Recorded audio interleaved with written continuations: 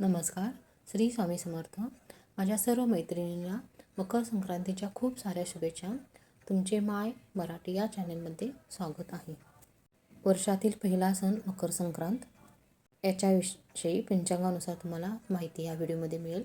तर यंदा संक्रांत कशावर आली आहे, संक्रांत कोणत्या नावावर आहे, कोणत्या दिशेनं जात आहे, संक्रांतीने कोणत्या रंगाचे वस्त्र परिधान केले आहे, हे खूप महत्त्वाचं असतं. संक्रांतीने कोणत्या रंगाचे वस्त्र परिधान केले आहे, कारण संक्रांतीने ज्या रंगाचे वस्त्र परिधान केलेले असतात त्या वस्तू सर्व महाग होतात आणि त्या रंगाचे वस्त्र आपण परिधान करायचे नसते.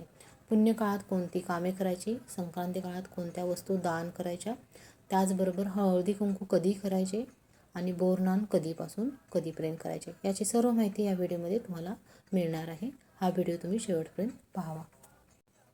आपल्या हिंदू धर्मात मकर संक्रांतीला खूप महत्त्व आहे. सूर्य जेव्हा धनु राशीतून मकर राशीत प्रवेश करतो तेव्हा त्याला मकर संक्रांत म्हटले जाते. या दिवसापासून सूर्याचे उत्तरायण सुरू होते. यंदा 2026मध्ये जानेवारी बुधवार 14 तारखेला मकर संक्रांत आली आहे. या दिवसापासून दिवस हळूहळू मोठा होण्यास सुरुवात होते आणि रात्र लहान होते. यंदा 2026मध्ये मकर संक्रांत 14 तारखेला बुधवार या दिवशी आहे. पौष कृष्ण 11 रोजी दुपारी 3:06 सूर्य मकर राशीत प्रवेश करतो आणि पुण्यकाळ बुधवार दिनांक 14 जानेवारी 2026 3:06 सायंकाळी 6:20 आहे. मकर संक्रांतीचे यंदाचे वाहन कोणते आहे? पंचांगानुसार यंदाच्या संक्रांतीचे नाव नंदा असून अत्यंत प्रभावी व वेगवान दिसून येते. वाहन घोडा असून उपवाहन सिंह आहे. हे वेगाचे प्रतीक आहे, तर सिंह पराक्रमाचे प्रतीक आहे. त्यामुळे जागतिक राजकारणात आणि तंत्रज्ञानात वेगाने घडामोडी घडण्याचा अंदाज आहे.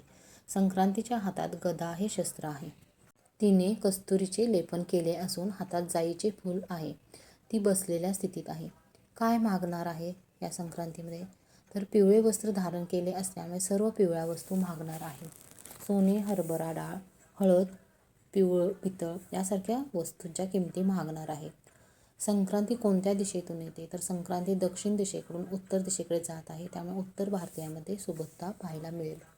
कोणत्या राशींना याचा फायदा होणार आहे? तर कुंभ, सिंह, तूळ, धनु, मेष, मिथुन यासारख्यांना भाग्यदेव ठरेल. मीन, वृश्चिक, कन्या, वृषभ यांना आर्थिक नियोजनावर भर द्यावा लागेल आणि कर्क आणि मकर यांना आरोग्याची काळजी घ्यायला लागेल. मकर संक्रांतीला काळी साडी का घालायची असते? तर सूर्य मकर राशीत प्रवेश करतो तेव्हा त्याची पत्नी छाया म्हणजे सावली काळ्या रंगाचे वस्त्र परिधान करते. म्हणून मकर संक्रांतीला काळ्या रंगाची साडी नेसण्याचे महत्त्व प्राप्त झाले आहे. तुमच्याकडे असेल तर तुम्ही जरूर परिधान करा आणि लाखेच्या पण बांगड्या घालायला विसरू नका. त्याचबरोबर संक्रांतीला साडी घेताना लाल किंवा हिरवा रंग घ्या, कारण सौभाग्याचा शुभ रंग आहे. नवीन नवरीसाठी तिळाचे दागिने बनवावे आणि तिची ओटी खणाने भरावे.